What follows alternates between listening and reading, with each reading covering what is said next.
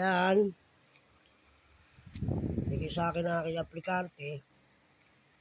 Hindi naman ako pwedeng kumain itong Toblerone. Kung sino yung nakakatulong sa atin, doon natin ibibigay yan. Dalawa lang yan. Kailangan ko ng tatlo pa yan. O isang kahon tsaka ano yan.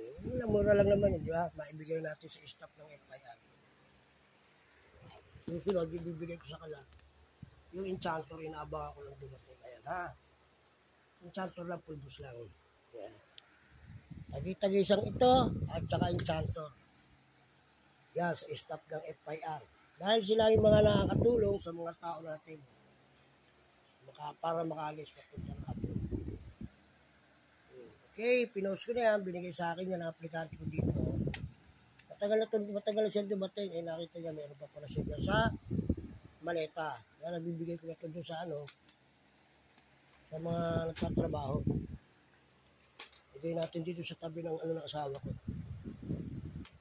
Yan, dyan ha. Okay.